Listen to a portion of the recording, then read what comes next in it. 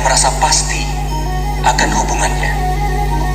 Kalau kita terlalu memikirkan setiap hubungan, kita akan segera menyadari bahwa sumber dari semua itu adalah batasan yang kita buat untuk yang lain.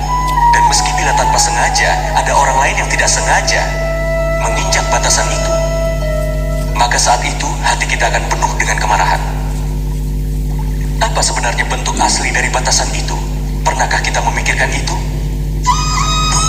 Dengan menunjukkan batasan itu, kita tidak membiarkan orang lain menentukan keputusannya sendiri. Kita memaksakan keputusan kita pada orang lain.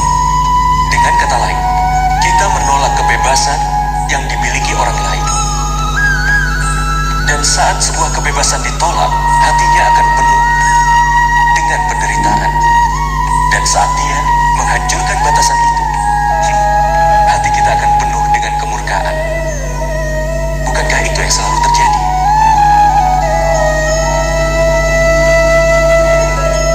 Tapi kalau semua orang menghargai kebebasan orang lain, maka setiap batasan dan peraturan yang ada akan hilang. Dengan kata lain, seperti juga kesepakatan adalah tubuh dari sebuah hubungan. Bukankah kebebasan adalah jiwa dari sebuah? Pikirkanlah itu.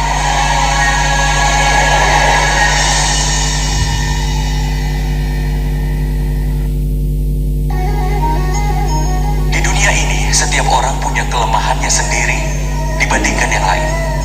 Misalnya, ada orang yang tidak bisa lari dengan cepat, sementara lainnya tidak bisa mengangkat beban berat. Sementara yang lain bermasalah karena sebuah penyakit, yang lainnya tidak bisa mengingat semua hal yang telah dia pelajari. Ada banyak sekali contohnya untuk itu.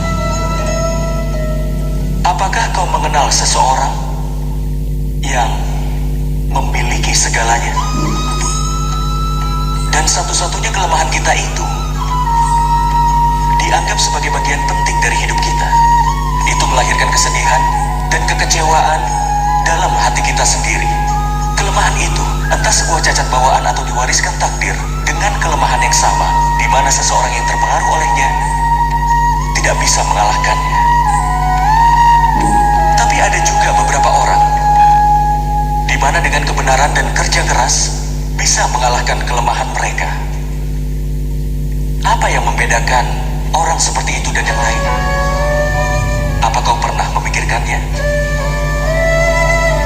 Ada jawaban yang sederhana untuk itu.